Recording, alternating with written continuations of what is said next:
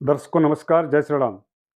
आज हम चर्चा करने वाले हैं चंद्र से बनने वाले महान राजयोगों में से राजयोग दुर्धरा नामक राजयोग। दुर्धरा नामक राजयोग के बारे में बिल्कुल आपको बिल्कुल सरल भाषा में और एक सरल और सटीक उदाहरण के साथ आपको मैं समझाऊंगा, जिससे कि आपको चंद्र से बनने वाले महान राजयोगों में से एक राजयोग जिसका नाम दुर्धरा नामक राजयोग है, उसको समझने में आपको आसानी होगा। दर्शकों, सबसे प्रथम आगे बढ़ो इसके पहले एक छोटा-सा मेरा आग्रह है कि यदि आप नए दर्शक हमारे इस चैनल पर आप नए दर्शक हैं, तो आप सब्सक्राइब ज़रूर कर लीजिएगा।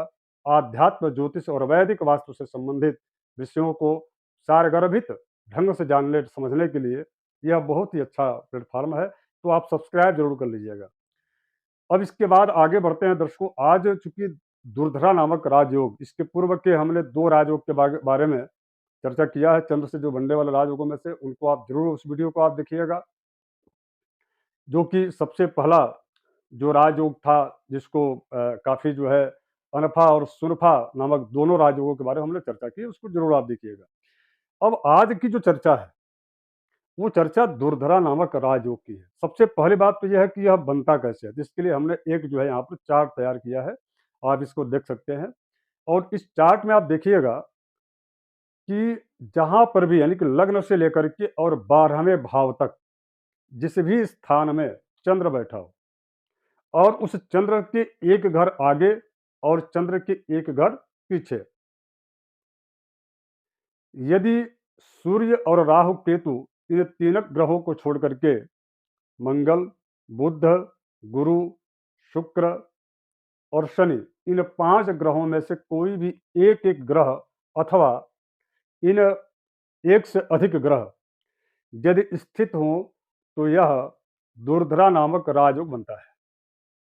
चूंकि दुर्धरा नामक राजयोग को और विस्तार से समझने के लिए, चूंकि अगर यदि चंद्र के जो है एक घर आगे यदि गुरु बैठे होंगे और चंद्र के एक घर जो है पीछे अगर यदि मंगल बैठे होंगे, तो चूंकि यह इसका फल अलग होगा।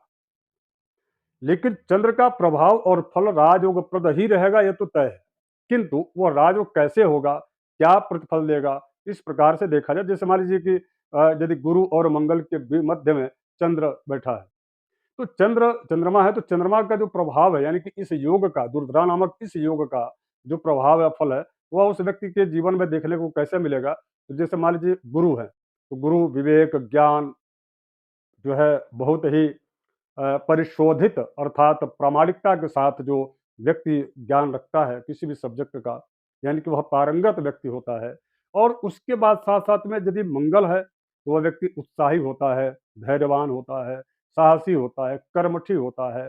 चंद्र, चूंकि चंद्र को मन कहा गया है और बिना मन का कोई कार्य नहीं होता, तो मन उसका लेकिन किस ओर जा रहा है, तो आप इस दुर्धरा योग से आप बिल्कुल समझ सकते हैं। अपने बच्चे की कुंडली देख करके या अपने परिचितों की कुंडली को आप देख करके जब भी आप एनालिसिस करने बैठते हैं, तो चंद्र के एक घर आगे और एक घर पीछे कौन से ग्रह बैठे हैं, किस तत्व के ग्रह बैठे हैं, तो उसके अनुरूप आप स्वयं आकलन कर सकते हैं। यदि आप हमारे पुराने दर्शक हैं, तो आप ग्रहों के स्वभाव को भली भांति जानते हैं।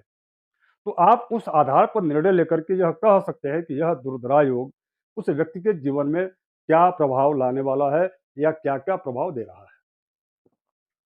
अब इसके साथ-साथ में मैं आपको एक जो है एक चीज़ और इसमें ऐड करना चाहूँगा कि अगर यदि मान लीजिए कि आपकी जन्म कुंडली में ये स्थिति बनी है, जो आप चार्ट में आप देख रहे हैं, यानी कि दुर्धरा नामक राजयोग बना है, किसी भी यह भाव में चंद्र हो, उनके घर आगे-पीछे जैसे सूर्य और राहु केतु के अलावा 5 ग्रहों में से कोई भी एक ग्रह, एक या एक से अधिक ग्रह बैठे हों, तो यह योग बनता है।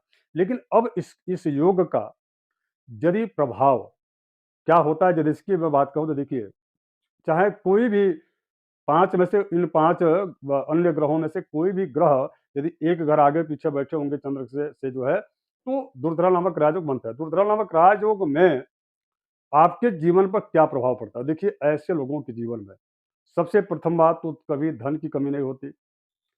सबसे दूसरी बात ये है कि नौकर-चाकर और एक सामाजिक स्तर होता है ऐसे लोगों का, बहुत ही उच्च कोटि का होता है। रहना, उठना, बैठना, बात करना, इनकी समाज में अच्छी पूछ-परख होती है। और यदि चंद्र के एक घर आगे और एक घर पीछे यदि चंद्र के यदि एक घर पीछे शनि बैठे हों और एक घर आगे यदि जो है बुध बैठे हों, तो ये इसका एक रूप अलग होगा। यानी कि निश्चित रूप से वह व्यक्ति बौद्धिक क्षमतावान होगा और वह कर्म फल के आधार पर नियमित कर्म करने वाला व्यक्ति होगा, क्योंकि शनि कर्म फल के जो है देने वाले ग्रह हैं। और ऐसे जो लोग होते हैं उनकी बौद्धिक क्षमता जो होती है वह बिल्कुल अपने आप को सबसे ऊपर देखने समझने या जताने की इच्छा रखने वाले व्यक्ति या ऐसे लोग होते हैं। अब इसी प्रकार से अगर यदि चंद्र जहां बैठे हो उनके एक घर आगे और एक घर पीछे बुध और जो है गुरु की स्थिति हो, जिसका मतलब यह कि ऐसे व्यक्ति जो है एक अच्छे वकील हो सकते हैं, एक अच्छे ज्योतिषी हो सकते हैं। ऐसे लोग एक उत्कृष्ट जो है प्रकार के कवि हो सकते हैं, लेखक हो सकते हैं, प्रोफेसर हो सकते हैं और यानी कि शैक्षणिक या शिक्षा से संबंधित इनका कार्य क्षेत्र अत्यधिक सफल होता है। यदि इधर नहीं इनको सफलता मिलती है, तो ऐसे लोग एक सफल व्यापारी होते हैं। अब आपके मन में एक डाउट हो रहा होगा कि यह यदि इसको बहुत साधारण शब्दों में देखा जाए समझाए तो क्या है इसका? तो देखिए एक जो है आप देखे होंगे बच्चे कभी एक खेल होता है कि एक बीच में कोई भी एक सेंटर में गुल्ली होता है और उस पर जो है एक फट्टा होता है, चाहे वो लकड़ी का हो या आजकल लोहे का भी रहता है। और उसके ऊपर जो है इधर बच्चे बैठते हैं, इधर बच्चे बैठते हैं, बैठ करके और एक दूसरे को जो है वो ऊपर-नीचे करते रहते हैं, बड़ा उनको आनंद आता है। देखिए बीच की जो गुल्ली है, बीच का जो धुरी है, उस वस्तु को रखने वाला, तो वो जो धुरी है वो चंद्र है, यानी कि चंद्र यानी कि क्या आपका मन है। मन के अनुसार यदि कार्य होगा तो मन का उस ग्रह की ओर खिंचाव होगा और उस तत्व को वह बढ़ाएगा। जैसे कि एक बच्चा बैठा अपने आप जो है वह ऊपर उठता है और दूसरा जो बच्चा उसको नीचे दबाता है, तो वो नीचे आता है। यदि यदि दोनों बच्चे बराबर हो जाएँ, तो निश्चित रूप से यह जो है इस योग की सबसे उत्कृष्ट अवस्था मानी जाएगी। अर्थात चंद्र को जो है दोनों ग्रहों का भी बल प्राप्त होगा, चंद्र का बल यानी कि मन का जो मनोबल है, वह भी जो है उसको उसका भी प्राप्त होगा। इसकी वजह से वह व्यक्ति जितना और विकास करना था उसको इस योग के माध्यम से, उससे अधिक उसका विकास होगा। इसलिए दुर्धरा नामक राजयोग को इतना सरल और इस सटीक जो है उदाहरण से समझाने के अलावा मेरे पास और कोई ऐसा उदाहरण प्रतीत नहीं हो रहा था, जो कि आपको मैं बताया बता सकूँ। तो आप समझ गए होंगे दुर्धरा नामक राजयोग क्या होता है।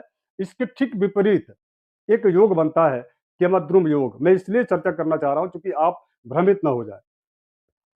चंद्र के एक घर आगे और एक घर पीछे यदि ग्रह है तो वो बनता है दुर्धरा नामक राजयोग।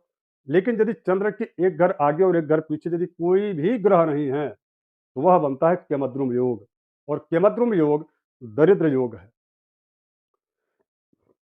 इसके बारे में मैं चर्चा पहले कर चुका हूँ। अब अगर यदि आपके जीवन में आपकी कुंडली में दुर्धरा नामक राजयोग है और उसका प्रभाव या फल आपको नहीं मिल रहा, तो आप क्या करेंगे? तो उसके लिए आपको प्रत्येक पूर्णिमा को चंद्रमा की पूजा करना प्रारंभ कर दीजिए और जितना हो सके उतना रात्रि काल में विश्राम करें, कम जगें और प्रातः सूर्य के समय, सूर्योदय के समय मेडिटेशन कीजिए, ध्यान कीजिए। इससे आपका जो ये दुर्धरा नामक जो राजयोग है, यह अत्यंत जो है प्रबल और प्रभावशाली हो जाएगा, जिसकी वजह से आपके जो रुके कार्य हैं या जो इससे मिलने वाला जो फल है, वह आपको मिलना शुरू हो जाएगा।